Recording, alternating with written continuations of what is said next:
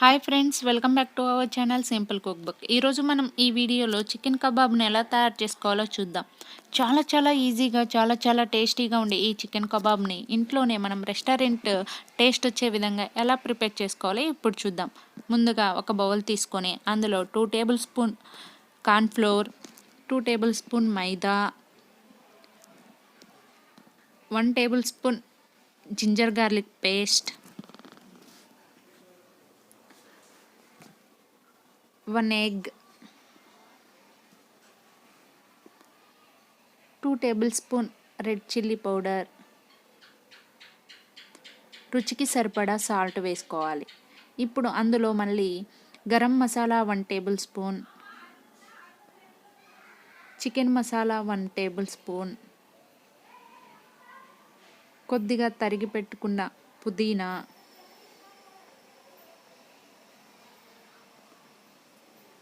కొద్దిగా తరిగి పెట్టుకున్న కొత్తిమీర, ఒక చిటికెడు పసుపు, ఇవి మొత్తం యాడ్ చేసి బాగా మిక్స్ చేసుకోవాలి. చూడండి, వీడియోలో చూపించిన విధంగా మసాలాలన్నీ మిక్స్ చేసి పక్కన పెట్టుకోవాలి. ఇప్పుడు నేను 1/2 kg బోన్లెస్ చికెన్ని తీసుకొని శుభ్రంగా కడిగి పక్కన పెట్టుకున్నాను.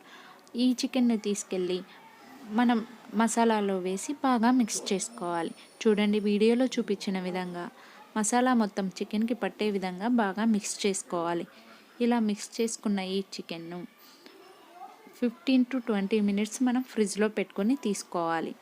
ఇలా ఫ్రిడ్జ్లో పెట్టుకొని తీసుకోవడం వల్ల మనకి డీప్ ఫ్రై చేసేటప్పుడు ఆయిల్ ఎక్కువగా పట్టకుండా ఉంటుందండి.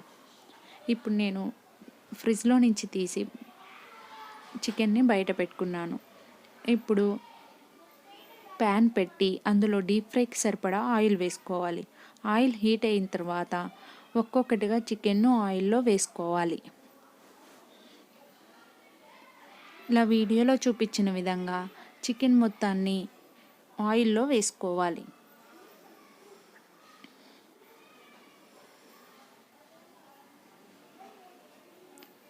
ఇలా వేసుకున్న తర్వాత అవి బాగా గోల్డెన్ కలర్ వచ్చే వరకు ఫ్రై చేసుకోవాలి. ఇలా గోల్డెన్ కలర్ వచ్చిన తర్వాత వాటన్నిటిని తీసి ఒక టిష్యూ పేపర్లో వేసుకోవాలి.